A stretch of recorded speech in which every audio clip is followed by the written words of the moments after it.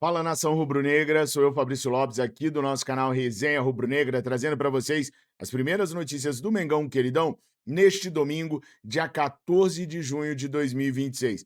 Hoje tem Gonzalo Plata em campo. A equipe do Equador vai jogar às 20 horas contra a Costa do Marfim.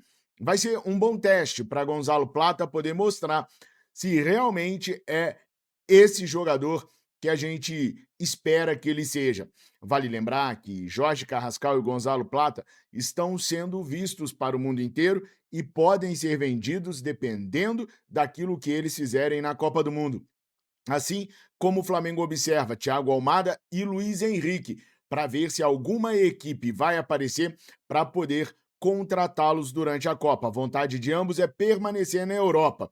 E, se não pintar nenhuma proposta, o Flamengo pode aparecer como franco favorito para contratar os jogadores. Com a venda do Rian Roberto, o Flamengo preenche um pouquinho daqueles valores que precisava preencher na venda de atletas. Se for concretizado mesmo a venda de João Gomes, do Wolfsburg, para o Atlético de Madrid, e depois a saída do Natan, do Betis, para o Barcelona, o Flamengo pode até mesmo preencher toda a carga que teria que preencher com venda de atletas, sem precisar necessariamente vender nenhum atleta do elenco ou da base para complementar o orçamento neste quesito. Ou seja, as coisas estão controladas. Por este motivo que o Flamengo ainda não foi ao mercado com mais furor, com mais vontade para poder fechar neste momento. Talvez, verificando nos bastidores, o Flamengo tenha o palpite de que essas vendas sairão e por isso está esperando o melhor momento para dar o pulo do gato e conseguir essas contratações. Agora, o que aconteceu com o Paquetá ontem foi uma sacanagem das grossas e eu quero falar sobre isso com vocês. Quero falar mais sobre o Luiz Henrique, quero dar um panorama para vocês daquilo que está acontecendo nos bastidores nesse exato momento. Mas antes da gente emergir em tudo isso, eu quero lembrá-los, e gente, olha, é sério, hein? Se vocês não ficarem de olhos bem abertos, se vocês não tomarem uma providência nesse domingo, vocês vão se arrepender. Quem avisa, amigo é. A gente está realizando o sorteio do manto sagrado oficial do Mengão Queridão, mas a gente já está na reta final e são poucos os números que nós ainda temos para poder servi-los e para você poder participar desse sorteio. Um sorteio que pode te dar um manto sagrado que custa entre 500 e R$ 1.000, de repente por R$ 50. Se você escolher 10 números, você vai ter que fazer o Pix de apenas R$ 50 em fabriciomllopes@gmail.com. Um número, R$ 5, dois números, R$ 10. Mas, gente, é importante você pelo menos se dar o luxo de tentar, porque vai que tá no seu dia de sorte, eu sei que vai estar. Você vai passar o ano inteiro vendo o Flamengo conquistar o Campeonato Brasileiro, a Libertadores da América, jogar de igual para igual com Paris Saint-Germain e vencê-los na final do Intercontinental, trajado com o manto sagrado do Mengão, o branco ou o vermelho e preto. Se você ganhar, você escolhe. O que você não pode é ficar na dúvida assim: será que eu teria vencido? Será que eu estaria com o manto agora? Ah, para, rubro-negro não tem dúvida, rubro-negro vai lá e faz. Então, tô esperando o seu Pix, manda o comprovante para mim neste mesmo e-mail ou no nosso WhatsApp que a gente entrará em contato com vocês. Valeu? Pessoal, é o seguinte, para mim foi uma grande sacanagem o que fizeram com o Paquetá depois da apresentação da seleção brasileira neste sábado.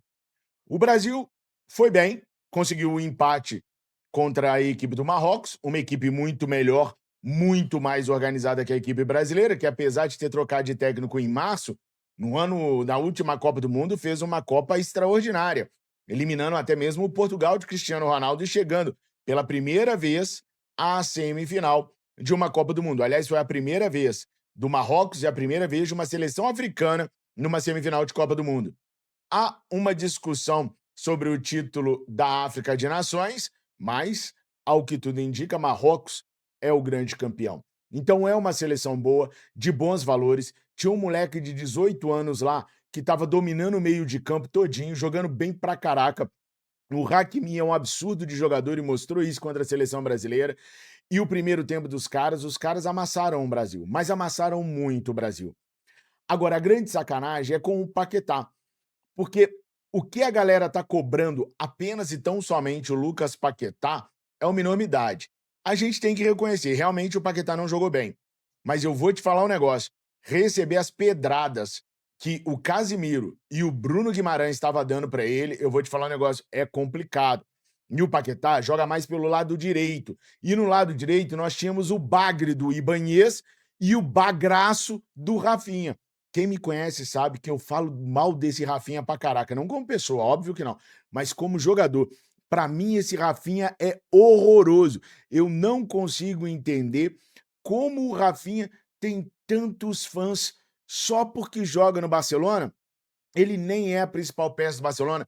Fez uma boa temporada pelo Barça. Ele realmente tem facilidades para marcar gol no Barcelona, mas na seleção brasileira, meu Deus do céu. Aliás, eu nunca vi nem no Barcelona uma partida digna de convocarmos o queridíssimo Rafinha, né? Então, é, teve piores do que o Lucas Paquetá, mas tudo cai nas costas do Paquetá, porque o Barcelona não é ninguém perto do Flamengo.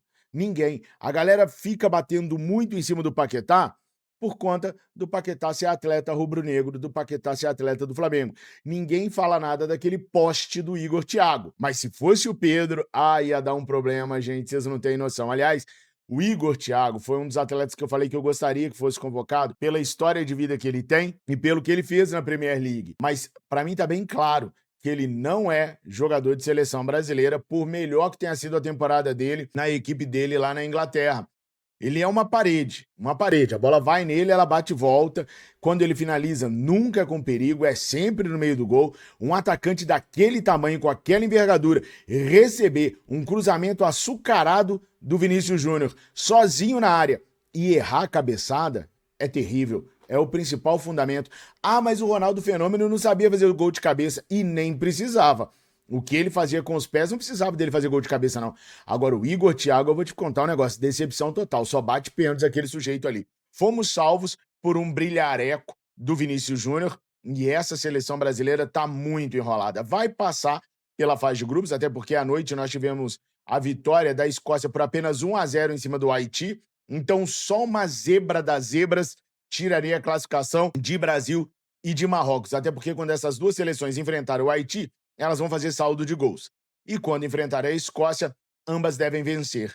Então, eu esperava a Escócia ganhando de uns 4-5-0 para dificultar um pouquinho a vida do Marrocos, um pouquinho a vida do Brasil, fazer com que o Brasil tivesse que sair do ponto de conforto. Mas 1-0 no Haiti, a Escócia vai ser goleada também. Aliás, na minha humilde opinião, a gente vai ter o primeiro lugar dessa chave do Brasil definido no saldo de gols.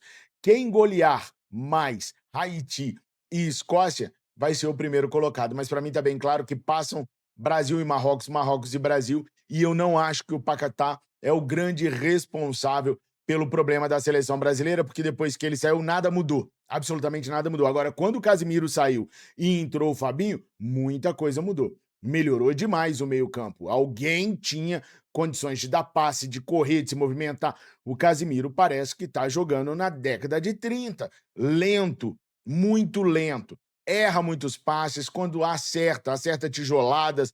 O Bruno Guimarães também, sabe? A gente não, eu não consigo entender como que um cara do Newcastle é titular absoluto da seleção brasileira. Eu preferia dezenas de vezes o Danilo Santos aqui do Botafogo. Aliás, eu preferi o Danilo nosso na lateral direita também ao invés do Ibanez. Mas o que eu quero dizer para vocês é o seguinte: quando o Léo Pereira tomou uma bola numa enfiada no meio da zaga do Brasil, colocaram a culpa toda no Léo Pereira. Ontem a gente viu a mesma situação se repetir no gol do Marrocos. E ninguém fala nada nem do Gabriel Magalhães, nem do veterano e do aposentado Marquinhos. Porque o Marquinhos não joga bola, ele já aposentou, vai entra o nome dele só, né? Ninguém fala nada.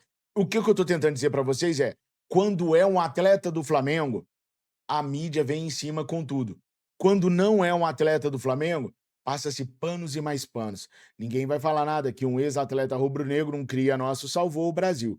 Mas a galera tá detonando o Lucas Paquetá nas redes sociais, colocando ele como culpado por tudo que aconteceu com a seleção na estreia, como se a nossa seleção fosse uma maravilha e que um erro individual causou todo esse problema para a seleção brasileira.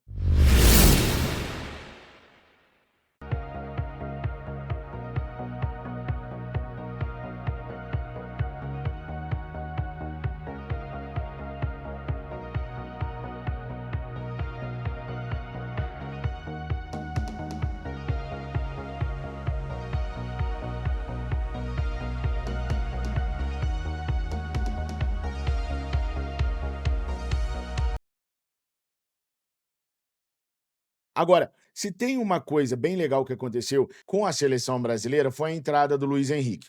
Por que que eu gostei muito da entrada do Luiz Henrique? Porque o Flamengo tem interesse no Luiz Henrique. O Luiz Henrique hoje é a menina dos olhos de Mbappé, Boto e Leonardo Jardim. Nenhum outro jogador é tão querido pelo trio do Flamengo quanto o Luiz Henrique, gente. Se fosse possível, eles contratariam o Luiz Henrique hoje. Mas tem uma situação. Primeiro, a pedida dos russos em 40 milhões de euros. Segundo, o atleta querer jogar em algum clube na Europa. Por isso eu gostei da entrada dele hoje. Ele não jogou nada. Parecia um jogador totalmente aleatório, não parecia o Luiz Henrique. Foi péssimo a apresentação dele neste sábado. E com isso ele não se valoriza, com isso nenhum clube europeu se interessaria por ele, e com isso o Flamengo pode voltar a ter chances de contratá-lo ao fim da Copa do Mundo. Basta ele continuar não jogando nada, basta ele se manter naquela média que ele estava ontem e talvez o Flamengo consiga a contratação dele. É importante a gente entender que essa Copa do Mundo vai dar a direção que o Flamengo vai seguir por conta das contratações desse segundo semestre, porque os jogadores que realmente o Flamengo querem vão disputar a Copa do Mundo. E eu vejo muitas pessoas falando assim: eu não sei por que que o Flamengo só olha para a Europa, eu não sei por que que o Flamengo está esperando Copa do Mundo e tal, porque o Flamengo quer a nata do futebol mundial. Dentro das possibilidades do clube, o Flamengo quer o melhor dos melhores. E o melhor dos melhores estão disputando a Copa do Mundo. E tem essa questão também de priorizar um caixa mais forte. Então eu tô vendo algumas pessoas dizendo assim: "Ah, o caixa do Flamengo que era de 15, com os 10 milhões de euros pela venda do Rian Roberto, agora o caixa do Flamengo vai ser 25". Não, não vai. Primeiro que o Flamengo só tem 70%, eu já expliquei isso a vocês. Então, como o Flamengo preferiu ficar com 10%, o Flamengo vendeu 60 e o Atlético do Paraná vendeu 30. Então são 6 milhões para o Flamengo e o restante para a equipe do Atlético do Paraná. 4 milhões para a equipe do Atlético do Paraná. E fica um 10% ali para o Flamengo. Fechou?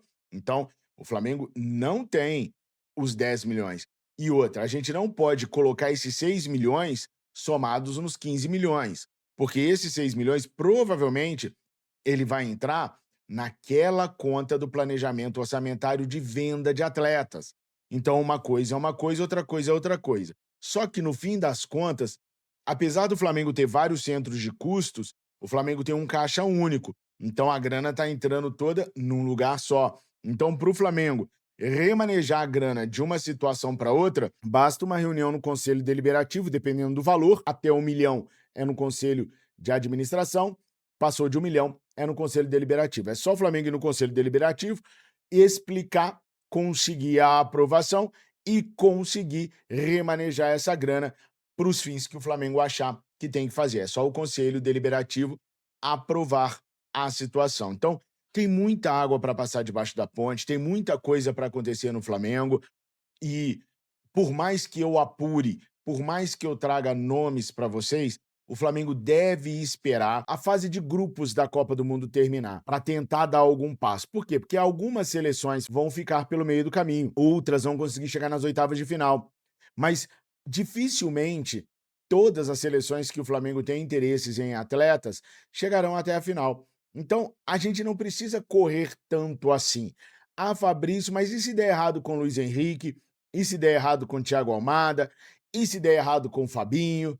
E se der errado com os jogadores que o Flamengo quer e que estão disputando a Copa do Mundo?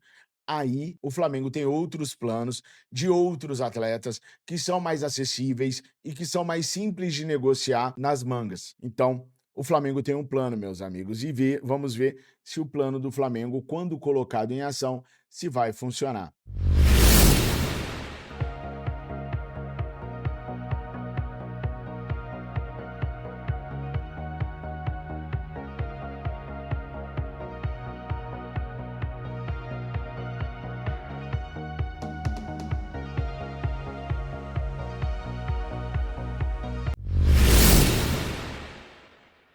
Coloquem aqui nos comentários o que vocês pensam sobre tudo isso. Não esqueçam de votar em mim no prêmio iBest de jornalismo esportivo. É uma honra para mim estar participando. Eu sou lembrado há 5 anos e até terça, quarta-feira, a gente tinha que estar em primeiro lugar. Acho que eu estou em sexto ou sétimo lugar agora. Eu preciso muito contar com a ajuda de vocês para que a gente consiga passar, se classificar para o top 20, tá?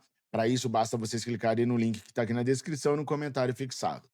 Tenham todos vocês um excelente domingo. Fiquem com Deus. Saudações, rubro-negra. É futebol total, Mengão na veia, análise com emoção. Aqui é raça, é nação, é Flanação. É viver, é Flamengo pra valer. No YouTube vem com a gente, pode crer. Flanação, o canal da nação. Com Fabrício Lopes, é Mengão no coração.